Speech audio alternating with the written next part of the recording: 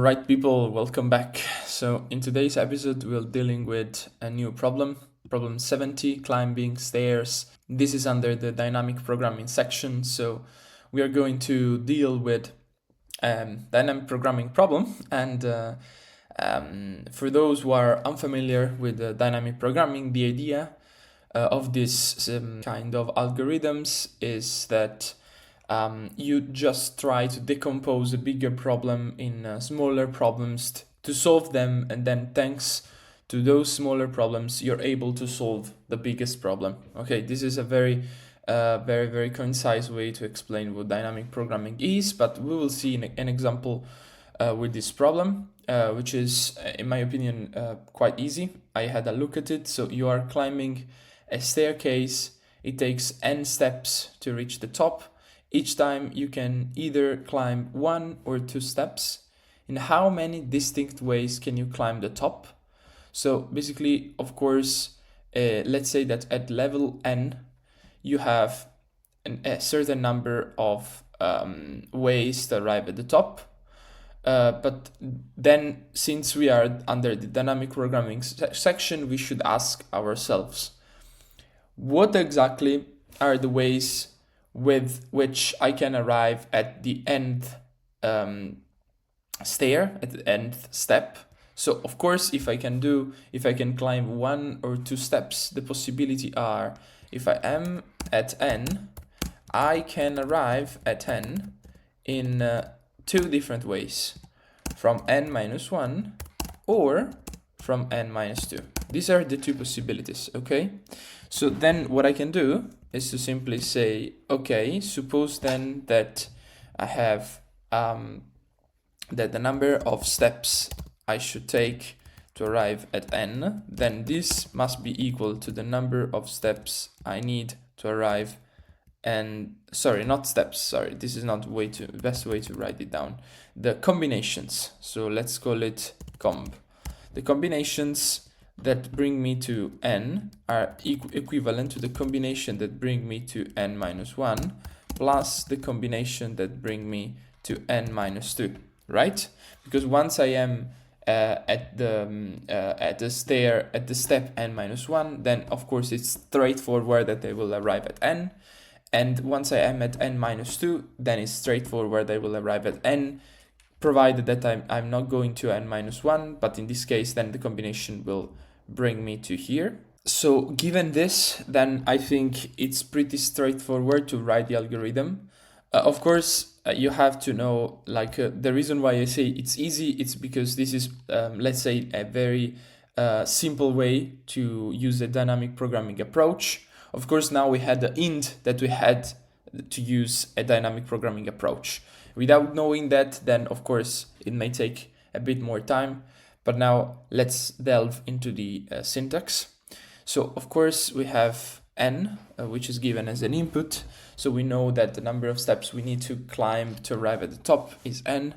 And then of course we need to define the list of all the combinations that can bring you to, let's call it, maybe not comb, let's call it ways then, because they're asking how many distinct ways we have.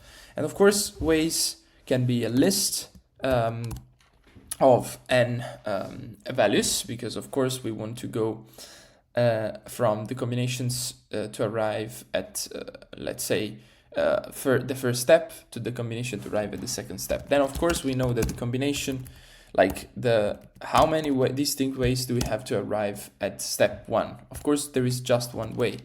How many ways do we have to arrive at step 2? Of course, there are 2 ways. You can do 0, 2, or you can do 0, 1, and then 1, 2. So there are 2 different combinations. Yes, but let's call it ways. Okay, now, given this, we want to take advantage of the fact that ways of n, as we said, is equal to ways of n minus 1 plus ways of n minus 2. And then basically we have solved the problem, because now we can do a for loop, and we can do, for example, for I in range 3, let's say n plus 1. And then what we do is to simply say ways I is equal to ways I minus 1 plus weighs I minus 2. And once we reach the top, we can just return weighs n. And I think this is enough to solve the problem. Let me see if, okay, invalid syntax. Okay, because I forgot in here. Something is missing. Yes, this, of course. Oh yeah, of course, now it's saying that weighs 2 is out of range. So, of course, I would say that if, okay, so of course, if the length is 0, can it be? No, okay, n it must be at least equal to 1. So if n is equal to 1, then we return 1. Then if n is different from 1 and it's equal to 2, this for loop will not activate. No, this for loop will activate. I don't know, will not activate. Yes, of course, because n plus 1 is 3. So we will return weighs n, and in this case n is going to be 2. So this is going to be okay. Actually, maybe we can write down 0 here instead of 1. Yeah, or maybe we can write down n times 1. Yeah, something like that. Let me try. List assignment index out of range. Okay, better to write down 1 and 0 here. And here times 1 times n. Okay, because the problem is if n is equal to 2, then if I use 2 as an index, I'm actually accessing the third element. Whoa, what's the problem here? Come on. Yes, of course I want to access n minus 1 as an index. Crazy.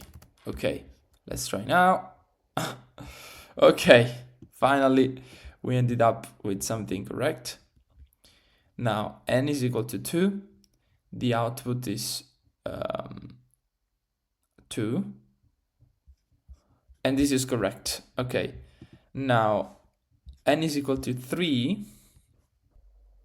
Okay, no, we need n plus 1 here, but we have to use I minus 1, I minus 2, I minus 3. Maybe this is the problem related to syntax. Yes, now it is accepted. The problem was that here, with n is equal to 3, the for loop was never activated, but this was incorrect. But weighs 3 is actually accessing the fourth number, and that is why we have to diminish I by 1. Okay, so let's try to submit the solution, which works. Wow. Okay, then we've got it. As I said, it was pretty doable once you know the kind of approach you have to use. Let's now talk about the time complexity. So here, of course, it's O1. Then, of course, the memory complexity is going to be On. This is O1 in terms of updates. And then this is On. This is On. Okay, so the time complexity is On and the space complexity is On. Okay, guys, I think we are done here.